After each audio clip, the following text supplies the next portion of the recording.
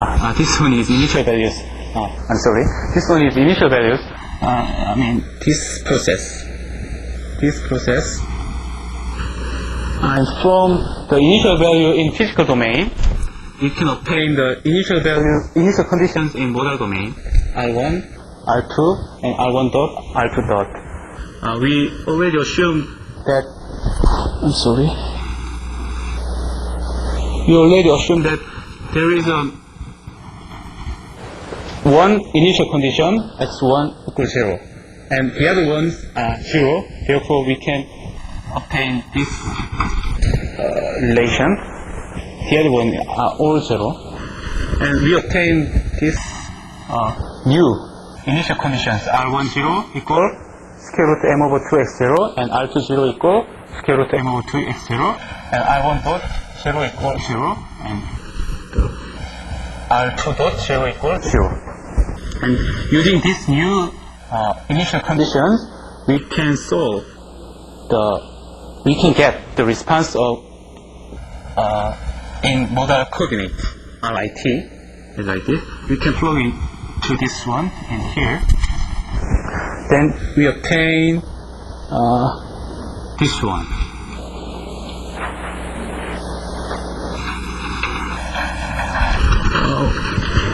Plug into omega 1 as the square root to m over k, and R10 equal R10 is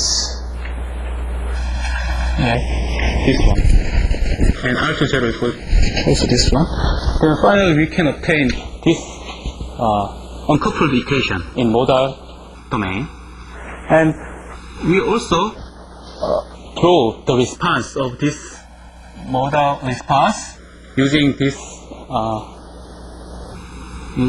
variables, and we can see this graph. Comparing with this graph in,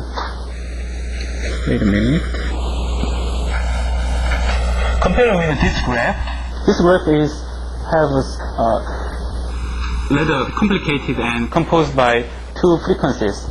But in this graph, there is no affect each other. It means R1 is oscillating its own frequency, and R2 also oscillating with its own frequency. So R1 has a period of 0.44, and R2 has its period of 0.255. And we obtain the omega 1, omega 2 from this information. We obtain the right natural frequencies. And that means they oscillate their own frequencies without affecting each other. That means uncoupled in modal domain. And from the result of this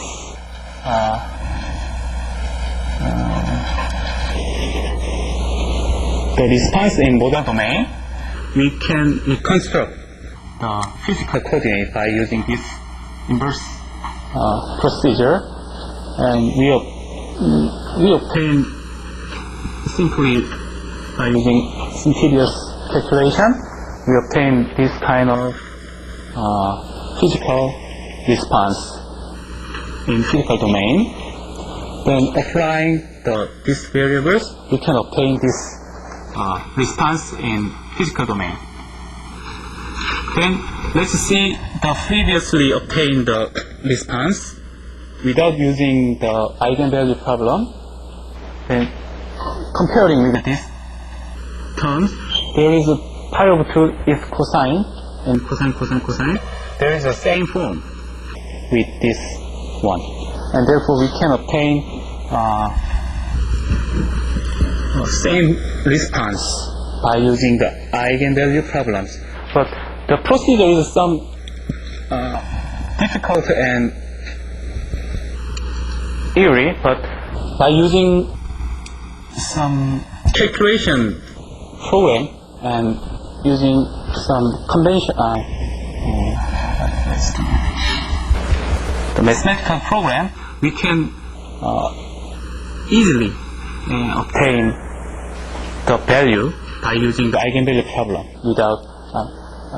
without any solving the assuming the response, etc.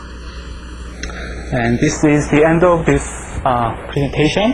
And are there any questions or some please comment?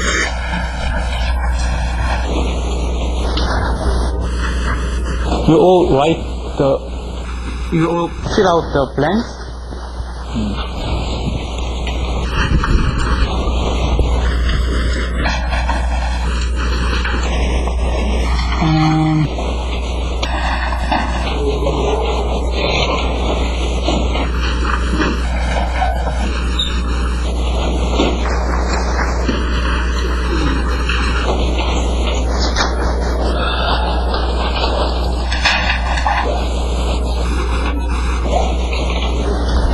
Yes. Let's call it a day.